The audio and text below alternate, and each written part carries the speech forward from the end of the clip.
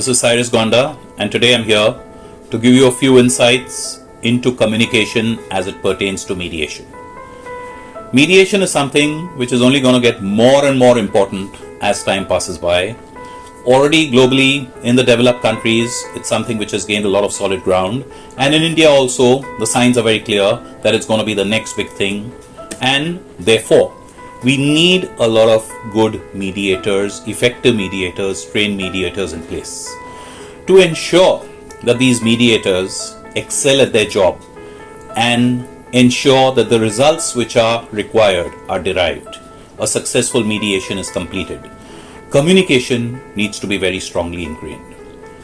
Unfortunately, over here today, communication as we have learnt it normally just focuses on the verbal element, the written element, the body language element, and maybe the presentation element.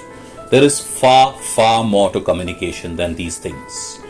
For example, even when it comes to mediation itself, the first thing, which is the communication relation aspect, is getting people who are the participants in the process, who are already maybe scared, afraid, nervous, angry, get them to calm down, cool down, be in the right frame of mind, relax.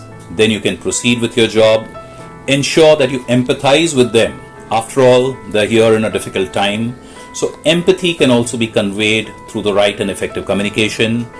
We also need to ensure elements like confidentiality and discretion, which are such important elements, which need training, which need us to be habituated towards them.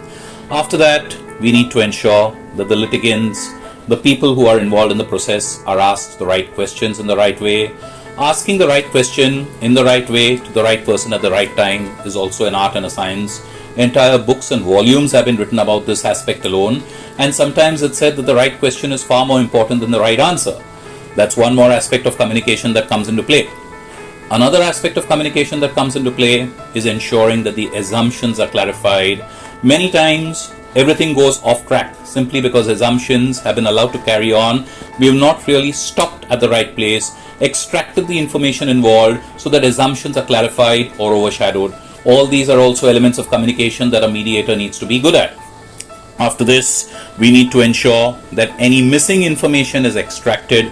Again, for this, a polite approach is required, a holistic approach is required, and then we need to ensure that active listening and observation of the non-verbal signals that the participants are sending out is captured, analyzed, acted upon, and ultimately, of course, the negotiation, which is at the heart of any effective mediation, has to be done in a smooth manner. You have international negotiators, and they negotiate between countries, between multinational companies, and there is no reason that a mediator cannot be doing this job as well. So if looking at it in this way, in just this brief 2-3 minutes that we've spoken, you can see how all encompassing the parameter of communication is when it comes to mediation.